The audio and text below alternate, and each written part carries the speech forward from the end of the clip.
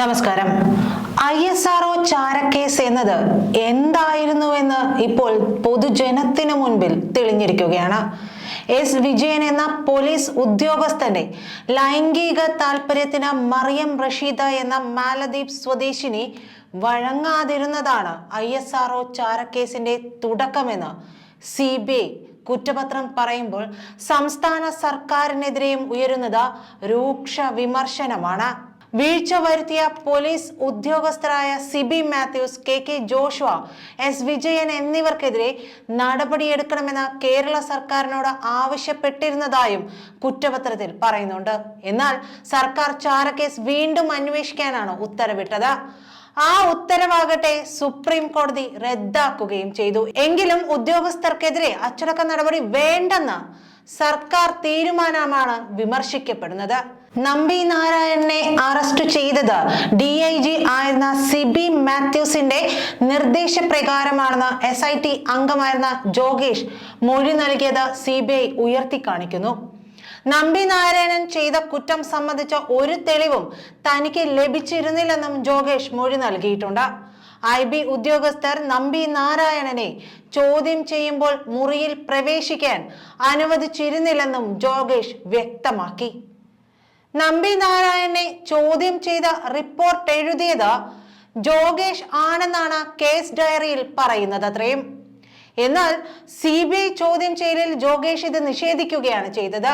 നമ്പി നാരായണന്റെ മൊഴി ഒപ്പില്ലാതെ സിബി മാത്യൂസ് ടൈപ്പ് ചെയ്തു നൽകിയത് അതേപടി പകർത്തി എഴുതുകയായിരുന്നു താൻ ചെയ്തതെന്നും ജോഗേഷ് പറഞ്ഞെന്നും CBI കുറ്റപത്രത്തിൽ പറയുന്നു. ഇതാണ് CBI അന്വേഷണത്തിൽ നിർണായകമായതും.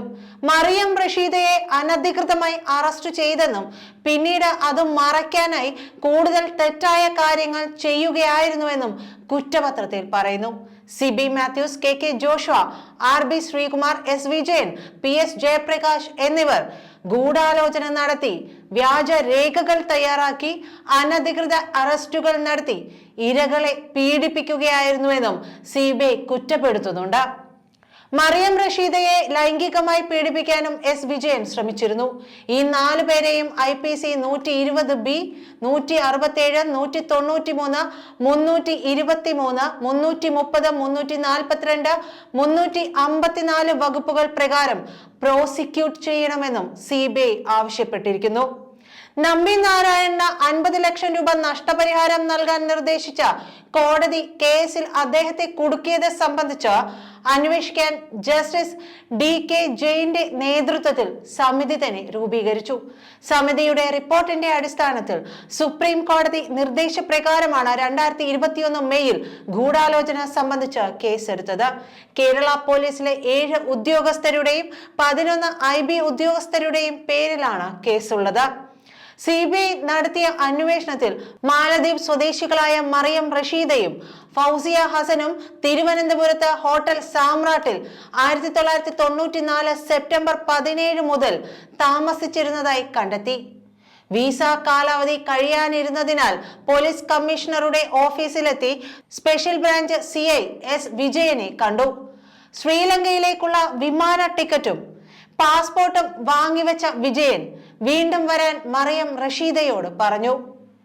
ഒക്ടോബർ 13 ഇവർ താമസിച്ചിരുന്ന ഹോട്ടൽ മുറിയിലെത്തിയ വിജയൻ ഫൗസിയ ഹസനോട് പുറത്തു പോകാൻ പറഞ്ഞു. തുടർന്ന് മുറിയടച്ച വിജയൻ ലൈംഗിക താല്പര്യത്തോടെ മറിയം റഷീദയെ സമീപിച്ച് അവരെ കെട്ടിപ്പിടിക്കാൻ ശ്രമിക്കുന്നു. എന്നാൽ അവർ ചെറുത്തതോടെ വിജയൻ പെട്ടെന്ന് മുറിവിട്ട് പുറത്തുപോയി. ഇതാണ് ചാരക്കേസിന് പിന്നിലെ യഥാർത്ഥ വസ്തുതയെന്നാണ് CBIയുടെ വാദം. ഹോട്ടൽ രേഖകൾ പരിശോധിച്ചതിൽ നിന്ന് മറിയം റഷീദ ISROയിൽ ജോലി ചെയ്തിരുന്ന D ശശികുമാരൻ എന്ന ശാസ്ത്രജ്ഞനെ ഫോണിൽ ബന്ധപ്പെട്ടതായി വിജയന് വിവരം ലഭിച്ചു. മാലദ്വീപ് സ്വദേശിനി ISRO ശാസ്ത്രജ്ഞനെ വിളിച്ച വിവരം വിജയൻ പോലീസ് കമ്മീഷണർ VR രാജീവനെ അറിയിച്ചു. ഇദ്ദേഹം ഇക്കാര്യം SIB ഡെപ്യൂട്ടി ഡയറക്ടറായിരുന്ന RB ശ്രീകുമാറിനെയും അറിയിച്ചു. ഫൗസിയ ഹസൻ ഒക്ടോബർ 19 ഹോട്ടൽ വിട്ട് ബംഗളൂരുവിലേക്ക് പോയി. എന്നാൽ വിജയൻ പാസ്പോർട്ട് പിടിച്ചു വെച്ചിരുന്നതിനാൽ മറിയം റഷീദയ്ക്ക് തിരുവനന്തപുരത്ത് നിന്ന് ശ്രീലങ്കയിലേക്ക് പോകാൻ കഴിഞ്ഞതേയില്ല. രേഖകൾ മടക്കി കിട്ടാൻ പലതവണ ഓഫീസിലെത്തിയെങ്കിലും വിജയൻ ഇല്ലെന്ന മറുപടിയാണ് അവർക്ക് കിട്ടിയത്. 20-ന് അവർ ഹോട്ടൽ വിട്ട് അവർക്ക് പരിചയമുള്ളവർ താമസിക്കുന്ന വീട്ടിലേക്ക് മാറി. വിസ കാലാവധി കഴിഞ്ഞ് ഇന്ത്യയിൽ താമസിച്ച കുറ്റത്തിന് മറിയം റഷീദയ്ക്കെതിരെ കേസെടുക്കാൻ പോലീസ് കമ്മീഷണർ നിർദ്ദേശിച്ചു. തുടർന്ന് 20 വരെ അവരെ എസ് വിജയൻ ഓഫീസിലേക്ക് വിളിച്ചു വരുത്തി അറസ്റ്റ് ചെയ്തു. പിന്നാലെ കഥയെത്തി. മറിയം റഷീദ ശശികുമാരനെ ഫോണിൽ ബന്ധപ്പെട്ടുവെന്നും PSLVയുടെ വിവരങ്ങൾ കൈമാറിയെന്നുമുള്ള തരത്തിൽ വാർത്തകൾ പ്രചരിച്ചു. മറിയത്തിനെ ചാരക്കേസിൽ കൊടുക്കാൻ എസ് വിജയൻ മാധ്യമങ്ങൾക്ക് തെറ്റായ വിവരങ്ങൾ നൽകുകയായിരുന്നുവെന്നും കുറ്റപത്രത്തിൽ വ്യക്തമാക്കുന്നുണ്ട്. എസ് വിജയൻ മറിയത്തിനെ CRPF ക്യാമ്പിലെത്തിച്ച് അനധികൃതമായി IB ഉദ്യോഗസ്ഥർക്ക് മുന്നിൽ ചോദ്യം ചെയ്യലിനായി വിട്ടു നൽകിയെന്നും CBI കുറ്റപത്രത്തിൽ വ്യക്തമാക്കുന്നു.